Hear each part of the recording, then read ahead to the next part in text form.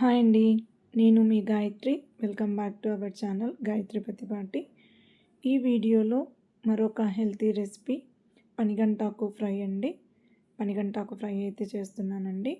పనిగంటాకు వచ్చేసి ఇలా ఉంటుందండి. తెలియని వాళ్ళ కోసం చూపిస్తున్నానండి. ఇలా ఉంటుంది. ఈ ఆకును ముందు రోజే క్లీన్ చేసుకొని మొత్తం అంతా కూడా తొడిమలు లేకుండా ఒలిచేసుకొని క్లీన్ చేసుకొని ఇలా చిన్నగా కట్ చేసి అయితే పక్కనైతే పెట్టేసుకోండి. ఇప్పుడు పనిగంటాకులోకి కందిపప్పునైతే వేస్తాం కాబట్టి కావాల్సినంత కందిపప్పును తీసుకొని వాష్ చేసుకొని స్టవ్ మీద పెట్టేసుకొని కావాల్సినంత వాటర్ అయితే వేసుకొని మెత్తగా కాకుండా పలుకులుగా ఉడికేటట్లుగా ఉడికించుకోండి. ఈ కందిపప్పు ఉడకడానికి టైం పడుతుంది కదండి. ఈలోపు కొబ్బరి వెల్లుల్లి కారం అయితే చేస్తున్నానండి. ఒక మిక్సీ జార్ తీసుకొని ఎండు కొబ్బరి వేసుకొని ఫస్ట్ మెత్తగా గ్రైండ్ చేసుకోండి. తర్వాత అందులోకి కారం, ఉప్పు, వెల్లుల్లి అండి ఇవన్నీ కూడా వేసి మెత్తగా గ్రైండ్ చేసుకొని పక్కనైతే పెట్టేసుకోండి.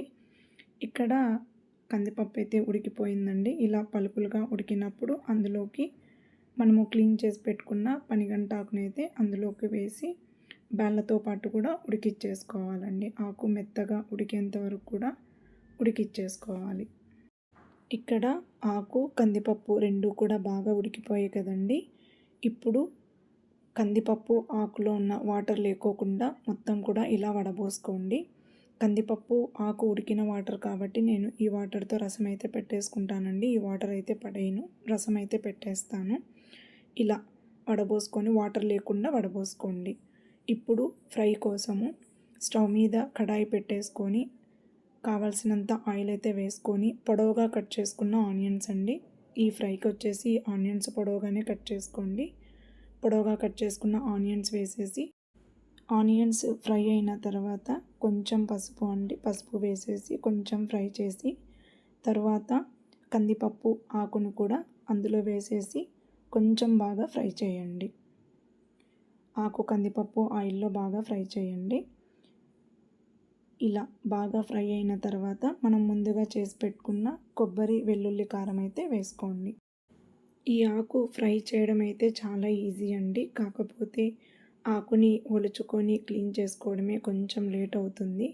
ఫ్రై చేసుకోవడం అయితే చాలా క్విక్గా అయిపోతుందండి. చాలా ఈజీగా అయిపోతుంది ఆకు ఫ్రై. ఈ ఫ్రై చపాతీ రైస్లో కూడా చాలా బాగుంటుందండి. కొబ్బరి వెల్లుల్లి కారం అయితే పచ్చివాసన పోయేంత వరకు ఫ్రై చేసామండి. ఎంతో టేస్టీగా హెల్త్కి చాలా మంచిదైన పొనిగంటాకు ఫ్రై అయితే రెడీ అయిపోయిందండి.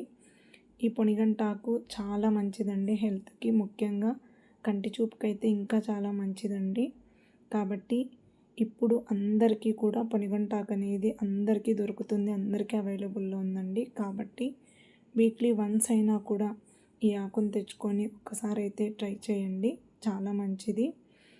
ఈ వీడియోలో నా రెసిపీ మీకు నచ్చినట్లయితే ప్లీజ్ లైక్ చేయండి. అలాగే మరిన్ని వీడియోస్ కోసం నా ఛానల్ని సబ్స్క్రైబ్ చేసుకోవడం మాత్రం మర్చిపోకండి. Thanks for watching.